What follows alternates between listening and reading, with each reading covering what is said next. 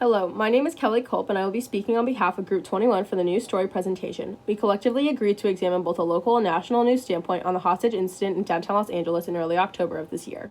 The news and media in general is important in keeping society updated on current and important events and incidents around the world.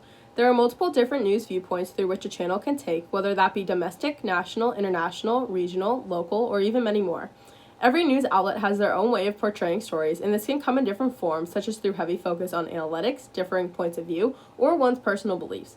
Ultimately, it is difficult to find news and media networks that remain unbiased the majority of the time. Bias can take many forms through a journalist's cultural and ideological predispositions, which refer to how they were brought up and what they believe in.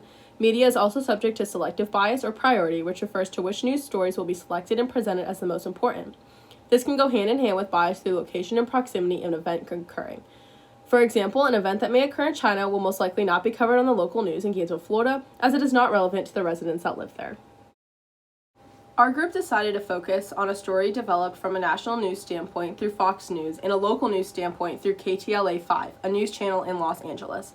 On October 8, 2021, there was a hostage situation in downtown Los Angeles in California, where a woman was held hostage by a 45-year-old man, Ruby Anderson, who was a suspect in this case. Prior to holding the woman hostage, Anderson attempted to shoot people downtown and ended up shooting and wounding a 14-year-old boy. Additionally, he carjacked a driver and attempted to steal a bicycle. When SWAT and LAPD received the 911 call and looked into the window of Anderson's apartment, they could see that he was holding a gun to the hostage's head, and they burst onto the scene, fatally shooting Anderson. The woman held hostage was saved and was found unharmed in the situation.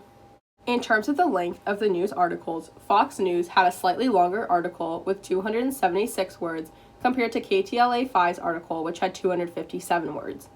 Fox News included Twitter bystander sources, as well as tweets from the LAPD headquarters Twitter handle that kept civilians updated on the situation.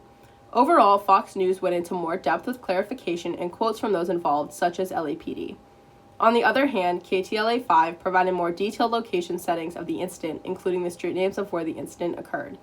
KTLA-5 included LAPD sources as well, but additionally included the LAPD YouTube channel. The 45-second video clip on KTLA-5's news article is significantly shorter than the 1-minute 31-second video clip on Fox News' article. However, KTLA included a LAPD YouTube video link to the article, which is 10 minutes 33 seconds, and gives a more detailed description of the incident. While just a few hundred words might seem a bit short for discussing an incident that is so important, according to the Associated Press, journalists are told to keep stories between 300 and 500 words, providing a concise description. Fox News provided a national news standpoint on the incident, while KTLA-5 provided a local news standpoint. Regarding point of view for Fox News and KTLA-5, both wrote the articles in a third-person point of view. There were no quotes made by the hostage themselves that would represent a first-person point of view. In terms of first-person point of view stance, video footage from body cameras can showcase the first-person point of view, as it was attached to LAPD officers who were present at the scene, and their view can be seen by the screenshot presented on the screen. In terms of placement, both Fox News and KTLA-5 have great headings that catch the reader's eye and then move on to the facts that happened during the day of the incident. Fox News groups this incident under the police and law enforcement category, and it is very far down the list as Fox published this article the day after the incident occurred, which is a little over a month ago. LAPD headquarters tweets were placed in the middle of the article, and the bystander footage taken from across the apartment building was placed in the top, indicating importance.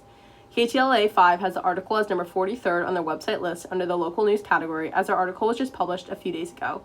In the article itself, there are 3 other articles that are suggested on the side that relate to the topic, which can catch readers' attention for more information on the incident. The YouTube video from LAPD's channel is placed about halfway within the article, but main video footage is placed at the top. The quote by LAPD's captain, Stacy Spell, is last mentioned in the article. Fox News posted their article on October 9, 2021, just a day after the incident occurred. Fox received information from Twitter and did not include evasive video footage in their coverage. They cited information from LAPD, which is a reliable source, but definitely could have included more invasive video footage as compared to their media counterparts. KTLA-5 published their article on November 18, 2021, which is over a month after the incident occurred. The accompanying LAPD YouTube video was also published on the same date. There was much more invasive footage included in KTLA-5's article, including LAPD body cameras, bystander videos, and 911 calls. Additionally, there was an interview of LAPD's Captain Stacy Spell, which are reliable sources. According to the Independent Press Center's organization, journalists are required to report incidents in a timely manner to show the devastating effects of the incident.